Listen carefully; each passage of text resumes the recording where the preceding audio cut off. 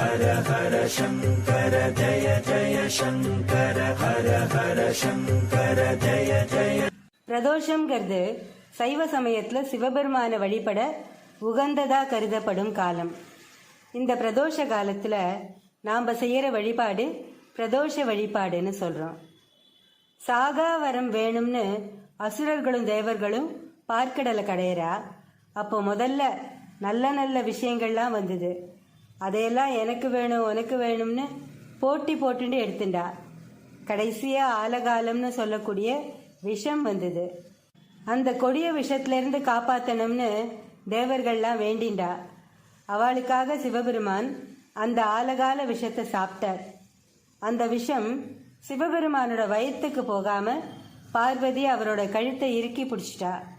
அதனால ஆலகாலம் சிவபெருமானோட கழுத்தை நீளமாக மாற்றிடுது. அதனால தான் சிவபெருமானுக்கு நீலகண்டன்னு ஒரு பேர் இருக்கு. உலகத்துக்கும் ஏற்பட இருந்த பெரிய அழிவை சிவபெருமான் காப்பாற்றிய வேலை தான் பிரதோஷ வேலை. மாதம் வளர்பிறை பிரதோஷம் தேய்பிறை பிரதோஷம்னு 2 வரும். நாம் செஞ்ச பாவங்களை எல்லாம் நீக்கக்கூடிய காலம்ங்கிறதுனால இதுக்கு பிரதோஷ காலம்னு பேர். பிரதோஷ காலத்தில் நாம் கடவுளை வழிபட்டால் நம்ம தோஷங்கள் எல்லாமே போயிடும். அந்த நேரத்தில் கோவில்களில் செய்யப்படும் அபிஷேகத்துக்கான பொருள்களை நாம் வாங்கி கொடுக்கறது ரொம்ப ரொம்ப விசேஷம். பிரதோஷ அபிஷேகத்துக்கு பால் வாங்கி கொடுத்தா நீண்ட ஆயுளும், சந்தனம் வாங்கி கொடுத்தா மகாலட்சுமி கடாட்சமும் கிடைக்கும்னு சொல்லுவா. ஈசன் உலகத்தையும் காப்பாத்துறதுக்காக சனிக்கிழமை தான் விஷம் அருந்தினார். அதனால சனி பிரதோஷம் சிறப்பான ஒன்று. பிரதோஷ காலத்தில் நந்தி தேவரோட 2 கொம்புக்கு நடுவில் சிவன் நர்த்தனம் ஆடுவாருங்கிறது ஐதீகம். அதனால ஒரே நேரத்தில் நந்திக்கும் சிவபெருமானுக்கும் ஹாரத்தி காட்டுவா.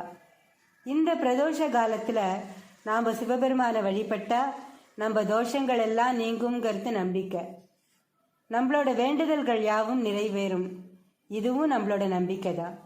இந்த பிரதோஷ காலத்தில் நம்ம குலதெய்வத்தோட இஷ்ட தெய்வத்தையும் சேர்த்து வழிபடுறது விசேஷமான பலனை கொடுக்கும். கார்த்தால ராமநாமமும் சாயங்கால பிரதோஷ காலத்தில் சிவநாமமும் உகந்ததுன்னு மகா பெரியவா சொல்கிறார்.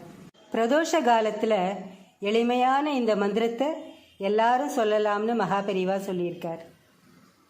கங்கையை தரித்தவரே ஓம் சிவாய சங்கரா, சசிதரனே சுந்தரனே ஓம் சிவாய சங்கரா, காசிநாதா விஸ்வநாதா ஓம் சிவாய சங்கரா, சசிதரனே சுந்தரனே ஓம் சிவாய சங்கரா, பார்வதி மணாளனே ஓம் சிவாய சங்கரா, சசிதரனே சுந்தரனே ஓம் சிவாய சங்கரா, ஆடும் பாம்பை அணிந்தவனே ஓம் சிவாய சங்கரா, சசிதரனே சுந்தரனே ஓம் சிவாய சங்கரா. இந்த 8 வரிகளை பிரதோஷ காலத்தில் சொன்னாலே போதும். பிரதோஷத்தோட முழு பலனையும் நம்மளால் பெற முடியும். சிவபெருமான் மகிழ்ந்து ஆசீர்வாதம் பண்ணிடுவார். ஒவ்வொரு பிரதோஷத்துக்கும் இந்த ஸ்லோகத்தை கோவில்களில் பிரதட்சிணம் பண்ணிட்டு 3 தடவையாவது சொல்லணும். அப்போது நம்ம கஷ்டங்கள்லாம் தீர்றதோட வேண்டும் வரத்தை இறைவன் அளிப்பார்னு மகா பெரியவா சொல்லியிருக்கார். என்னோட சொந்த அனுபவத்தில் இதை செய்யறதுனால கஷ்டங்கள் குறையிறத கண்கூடாக பார்த்துருக்கேன். எல்லாரும் இந்த பிரதோஷ காலத்தில் பக்கத்தில் இருக்கிற சிவன் கோவிலுக்கு போய் சிவ தரிசனம் பண்ணலாமே. இதனால் நிச்சயமாக எல்லாரோட வாழ்க்கையும் வளம் பெறுங்கிறதுல எந்த சந்தேகமும் இல்லை. ஸ்ரீ மகாபெரிவா திருவடிகளே சரணம். ஹர ஹர சங்கர ஜய ஜய சங்கர ஹர ஹர சங்கர ஜய ஜய.